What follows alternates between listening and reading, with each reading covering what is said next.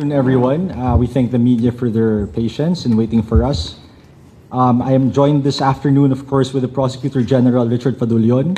We'll be giving updates on several matters. So let's begin with the flood control cases. Just to recap, so there are 14 flood control cases in total, 5 of which refer to the cases involving Sims Construction and Trading. These are all within the 1st District of Bulacan province.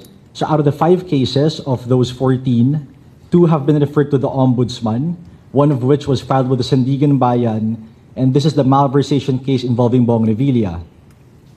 The other 2 have been resolved for release. So these 2 cases have been resolved and will be released very soon. One of the 3 will be released next week. So that's what we can ensure the public, that 2 of those cases have been resolved and will be for immediate release.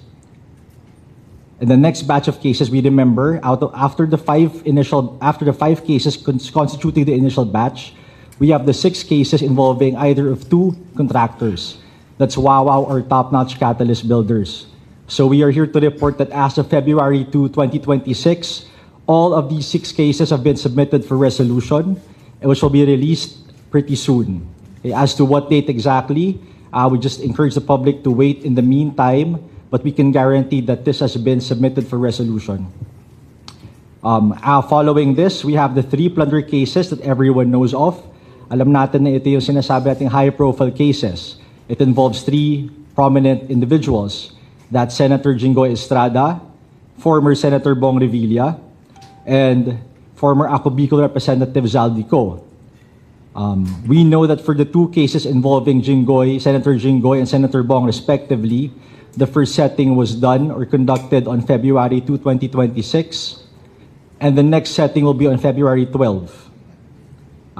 As I've reported to the media previously in a press briefing, yung kaso po ni Senator Jinggoy, of which former DPWH Secretary Manuel Bonoan was also a co-respondent, was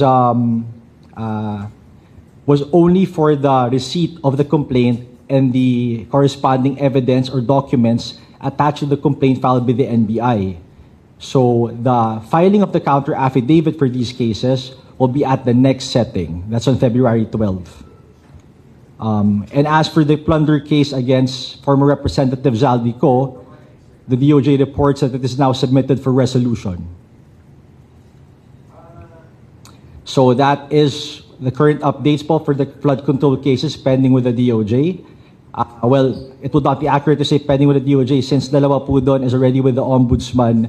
One has been filed with Sandigan Bayan. That's the malversation case against Senator Bong Revilla. So let's move on to another topic, the case of Atong Ang.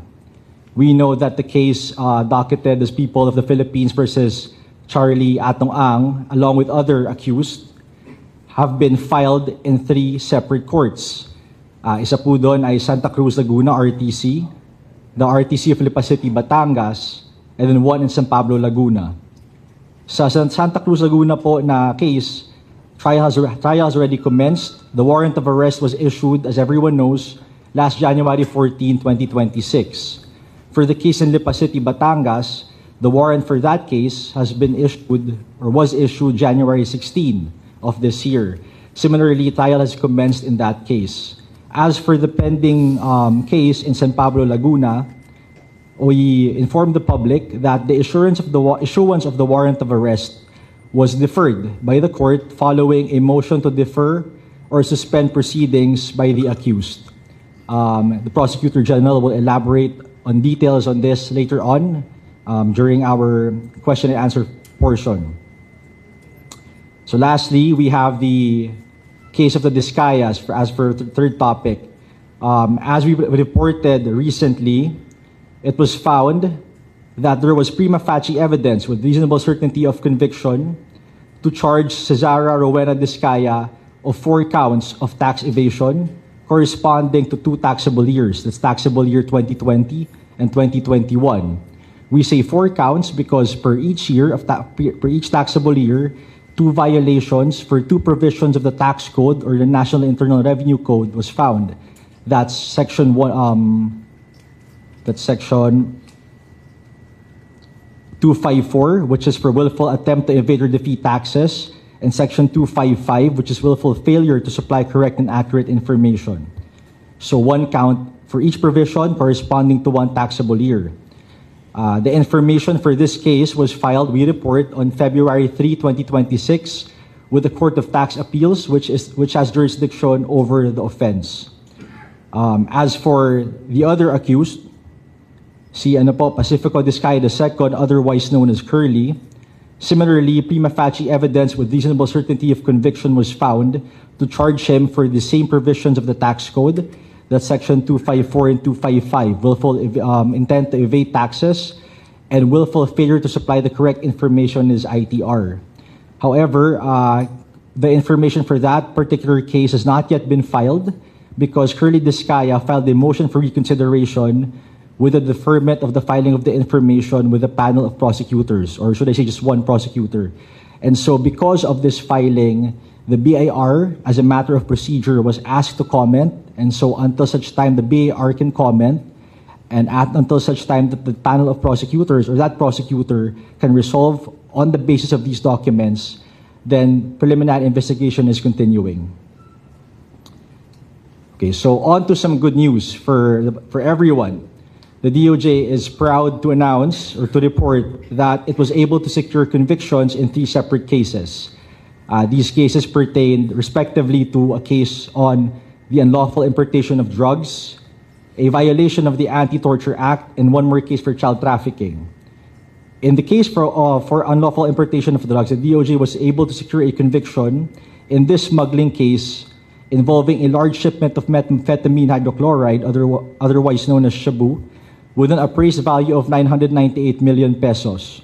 The violation pertained to the provision of RA 10863, or the Customs Modernization and Tariff Act, specifically Section 1401, which is, again, the unlawful importation of prohibited goods, or shabu. The second case that we report is on a torture case. So the DOJ secured a conviction in a torture case involving one police senior inspector who was convicted of a violation of Section 4 of the Anti-Torture Act, or RA number 9745. So he was sentenced to suffer the penalty of reclusion perpetua. In addition, he was ordered to pay the heirs of the victim, known as Darius Evangelista, 75,000 pesos for civil indemnity, 75,000 pesos for moral damages, and another 75,000 pesos for exemplary damages. And lastly, of equal importance is a third case where the DOJ prosecutors were able to secure a conviction in a case involving child trafficking. The accused, Mary Grace Espinar, who was reported to have sold a 11-day-old baby for 50,000 pesos, was charged with a violation of RA 7610, otherwise known as the Special Protection of Children Against Abuse Act, as well as RA 9208, which is the Anti-Trafficking in Persons Act. So following a successful plea bargaining agreement with the accused therein pleaded guilty to the lesser offense of child trafficking under RA 7610, and she was sentenced to suffer 6 years imprisonment, respectively, for 2 counts to be served successively, so a total of 12 years in total. So we now open the floor for questions.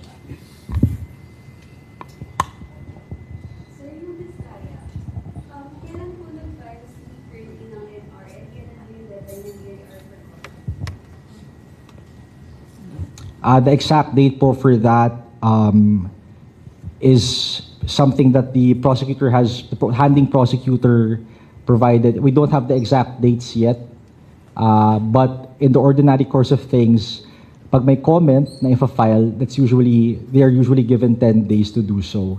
And then we remember that despite or irrespective of the number of days na involved in filing and replying thereto to that comment, the prosecutors must work within a 60-day timeline under Department Circular 15. So, yun po yung time frame. Okay, the resolution was issued about 3 weeks ago. So we expect that the filing of the motion for reconsideration would have been within the 15-day period. No? So it's about, kung 3 weeks ago yan, you can surmise that it was probably late last week when the motion for reconsideration was filed. So we had to defer the filing of the information before the Court of Tax Appeals until such time that the BIR has been given the opportunity to file its comment. But rest assured that siguro within, by the coming week, no, we will have been able to resolve that issue already.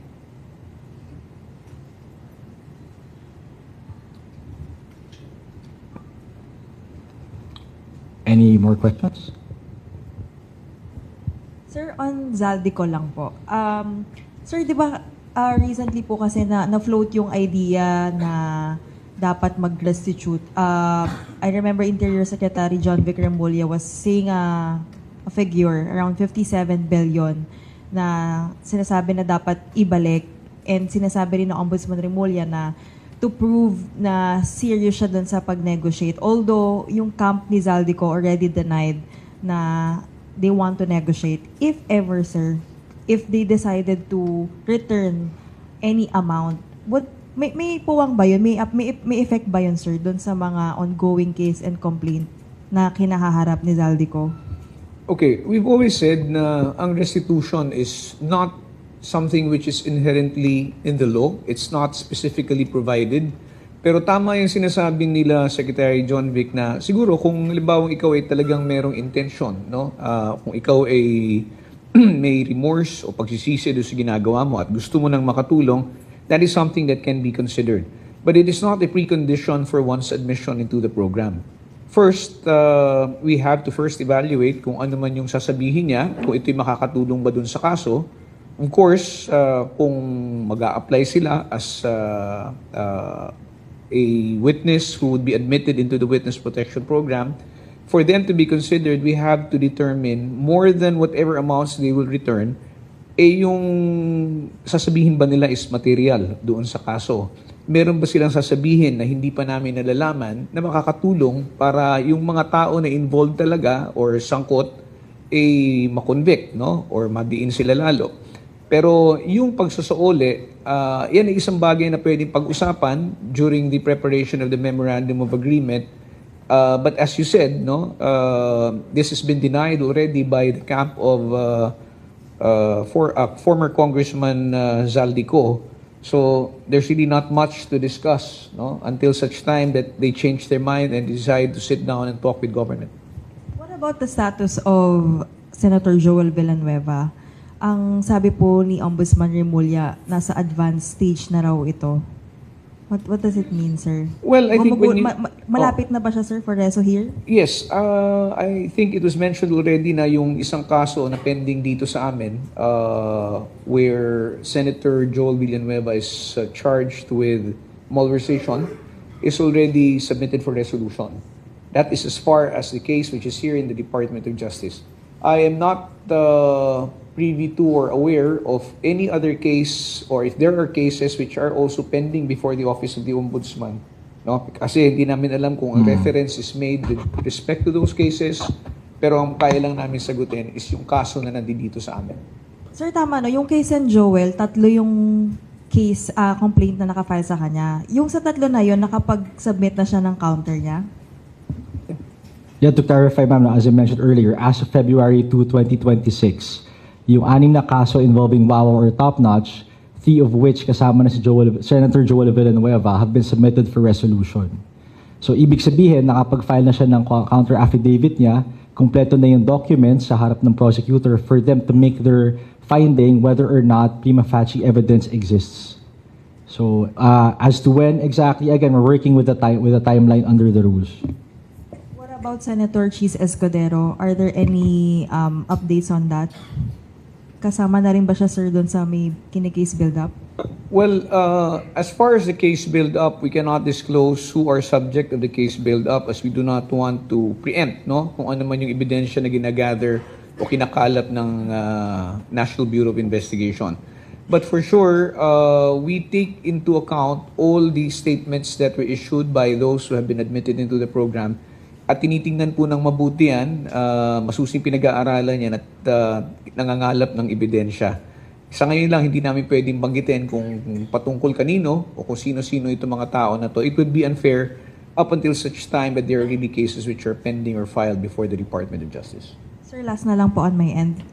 Yung draft committee report ng Senate Blue Ribbon Committee, there are names po na being recommended po na sampahan po. Doon po sa mga pangalan na lumabas, yung iba po alam na namin ay may na-filean na po. Pagka napirmahan na po yung final committee report, magagamit din po ba yun ng Department of Justice? Yes, sa ngayon hindi pa namin nakikita yung draft committee report ng Senate Blue Ribbon Committee. Gusto rin namin makita ito, hindi para sabihin na ito ay magiging basihan na ng pagsasampa ng kaso. Ito ay magiging basihan para mangalap ng ebidensya at titingnan, no, kung ano bang katibayan ang mga naiharap, no, ano ba yung mga leads. At best, it may be considered as leads that the department can follow and look into, and which we can refer to the NBI para tingnan nila kung sasabihin halimbawa sa committee report may ebidensya at ito yung ebidensya na nakikita namin patungkol dito sa mga tao na to, pwedeng sundan yon at maging basihan ng patuloy na pag-iimbestiga at pangangalap ng NBI ng ebidensya. So, sa ngayon, I think it would be premature to make any statement up until the time that we get hold of a copy of the official Senate Blue Ribbon Committee report, no? Chief, sa restitution pa rin. Restitution is being made despite yung mga actions ng AMLA. See, in your discussions with these persons of interest, tawagin na natin muna in the meantime, anong percentage ba yung hawak pa rin nila that they can still return it at will? At saka yung tinamaan ng AMLA, would you know? O speculative? It would be very difficult to speculate as to how much or even come up with a ballpark figure, no? Kasi this is something which has been going on for quite some time. So, hindi natin malalaman until ma-identify mo yung mga specific projects na yan. Totoo yung sinasabi mo na ang AMLC, no, ang tinitingnan naman ng AMLC dito is yung mga unlawful transactions, no? From the unlawful transactions alone, hindi mo malalaman agad-agad kung gaano kalaki ang involved. You'll be able to come up with a figure. But for now, while we know that there are assets of persons of interest, no, which are been frozen, ang tinitingnan natin ngayon is itong mga assets na to, ano ba yung may mga unlawful transactions ba na kung saan ito nagagamit. Now, as far as kami naman, kung tatanungin nyo kami, ano pa ba yung meron sila? Kasi magtataka ka nga, bakit naka-freeze pero meron nakakapagsole? Well, our suspicion has always been that whatever has been declared is not always the accurate, no, or the complete amount. So, andyan dyan yung reservation namin na, yun nga, nakakapagtaka, paano kang nakakuha ng ganong kalaking halaga, bakit ka meron nakatabi na ganong kalaking pera, gayong lumalabas na ang assets mo frozen as of this time. So, ito'y patunay lamang na, alam natin, we cannot swallow everything hook, line, and sinker. Pag sinabi sa'yo na, ang nakuha ko lang, 1 bilyon, automatically maniniwala na tayo. Kailangan tingnan mo yan, ilang transactions sila na involved, ilang projects ang covered niyan, and how much time it has been going on. That is the only time that we will probably be able to come up with a ballpark figure. Now, as to where they keep these monies, which have not been part of those frozen, we really do not know. We're still trying to look into the bottom of this. No? Inaalam pa rin namin. At tatanungin, at aalamin namin yan dun sa mga testigo. Sir, follow up lang, sir. Speculative again. Pero in case that these monies is being hidden, o sabihin natin hidden by relatives or close friends or whatever, may liability ba yun? I mean, maliban sa they got money from these guys, hindi naman nila pwede sabihin naman na hindi ko naman alam na galing yun dun eh. Alam mo, mahirap kasi tayong we cannot give parang specific answers to questions which are based on speculation. I would rather that it is actually discovered, it becomes factual, then on the basis of that, we can come up with a recommendation. But as early as now, it would be foolhardy for us to make conclusive statements, especially kung ang pinag-uusapan natin is hypothetical. No? If we're talking about probabilities or possibilities, everything is possible the way things are happening now. Sir, sorry. Yes. Last na. May papakonfirm lang, sir. Yung entrepreneur po na Jonathan Payawalso and Carlito Macadangdang na iniimbestigahan daw po ng AMLA right now, are they also involved in the Ghost Flood Control Project po sa Bulacan? Jonathan Payawalso and Carlito Macadangdang. Yeah, I think Jonathan So is part of those subject of the investigation now. Doon sa Top Notch. One of the Related to respondents. Top Yeah, Notch. one of the respondents. He's one of the respondents Yes, yes. in the complaint. Yes. Yung Macadangdang, sir. You have it?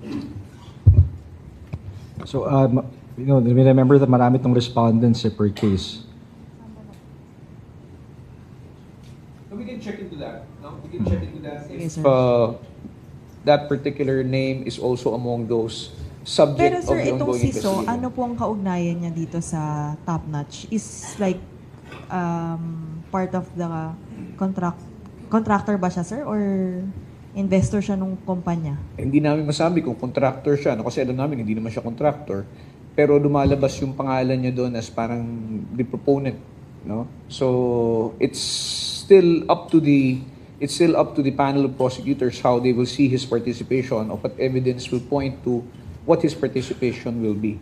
That's something that we will have to await, no, because it's something that will be included in the resolution. Sir, Missing Sabongero po, balikan ko lang po yung sinabi niyo po kanina na may motion to suspend proceeding po ang isang kaso po ni Atong Ang sa San Pablo, Laguna. Sir, can you explain ano po ba yung process po nun?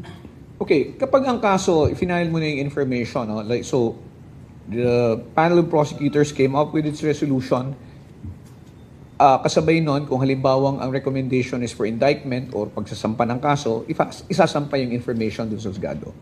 Kapag dumating yun sa husgado, ang husgado ay merong 10 araw upang ito'y pag-aralan, tingnan, suriin, at alamin kung merong basihan para mag-issue ng warrant of arrest. Kaya, kung nakikita ninyo, kahit pa yung ibang information sa Santa Cruz, sa Lipa ay na-file noong December pa, siguro because of the intervening holidays and then the time that is given to the court to evaluate whether or not there is basis to issue warrants of arrest, lumabas lamang siya noong Enero. Okay? Now, itong sa San Pablo, ang sinasabi ng korte dito, nag-file ng motion to defer yung mga akusado at parang determination of probable cause. Meron bang sapat na ebidensya para itong mga tao na to ay usigin o sampahan ng kaso. Kaya ang naging order o direktiba ng court is isubite ng department, no, hindi lamang yung ebidensya na nagpapatunay na sila ay dapat sampahan ng kaso, hinihingi rin ng husgado rito pati yung mga kontrasalaysay na isinumite dito sa amin nung time na nagko-conduct ng preliminary investigation.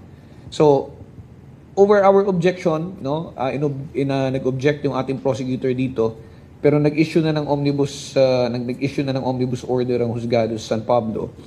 At tayo magko-comply, no? Magko-comply tayo para tingnan natin kung once we complied, that will be sufficient basis already for the court to come up with a determination whether it should issue a warrant or not. Sir, kapag hindi po mag-issue ng warrant, ano na po yung mangyayari po sa kaso po na yun? Titigil po ba yung trial? Or? Again, that's speculative. I do not and I cannot speculate on what the action of the court will be. But certainly, whatever the court's action whatever action the court will take, no, insofar as this motion, we will be taking steps also. What these steps are, we cannot disclose right now dahil ayokong pangunahan kung ano magiging determinasyon ng husgado.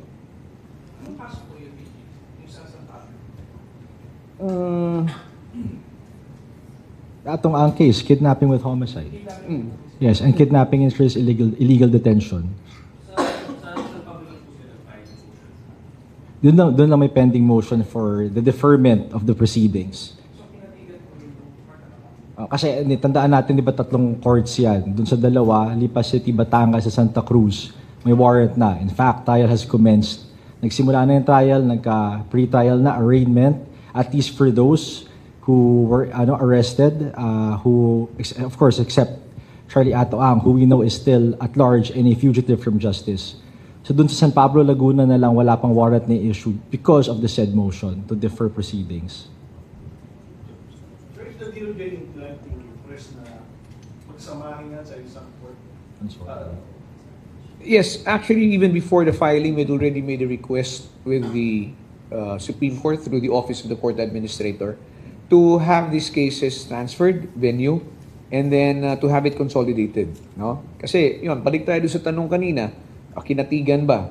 Yun nga ang nakakapagtaka doon eh. Kasi these are based on the same set of facts.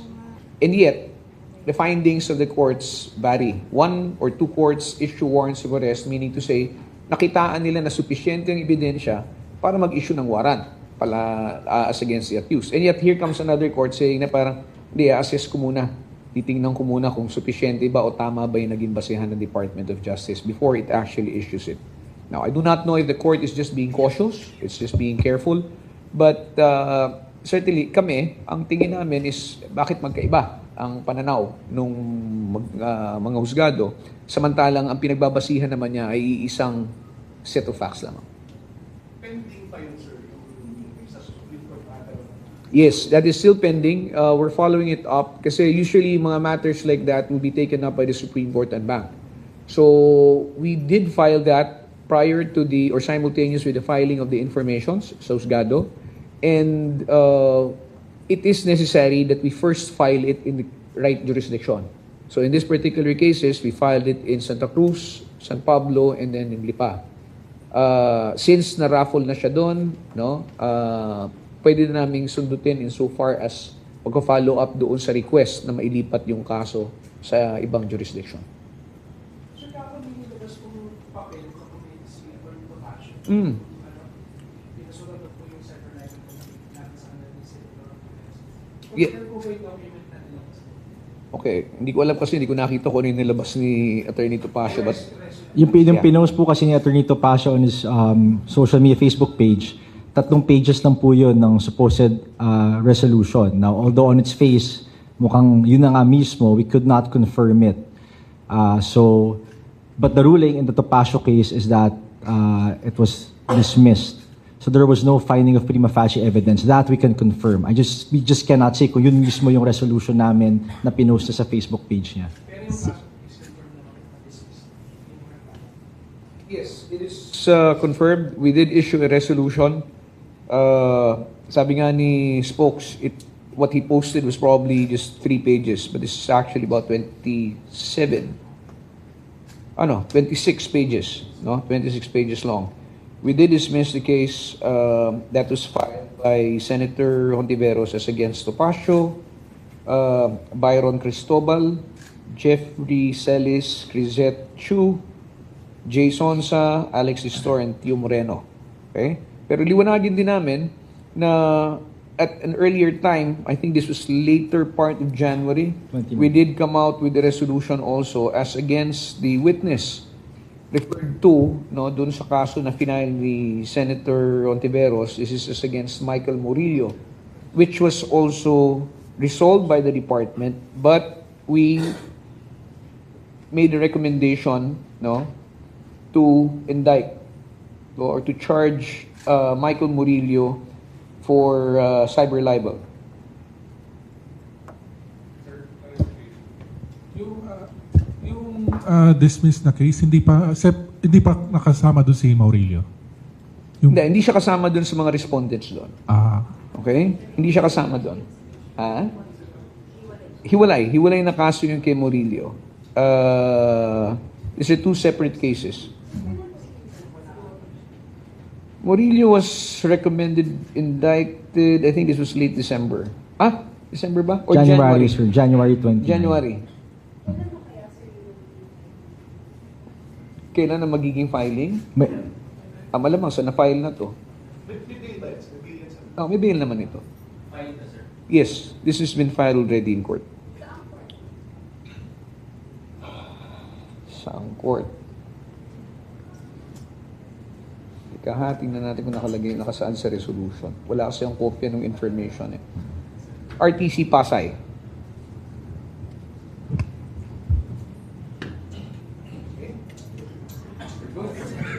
Okay, thank you.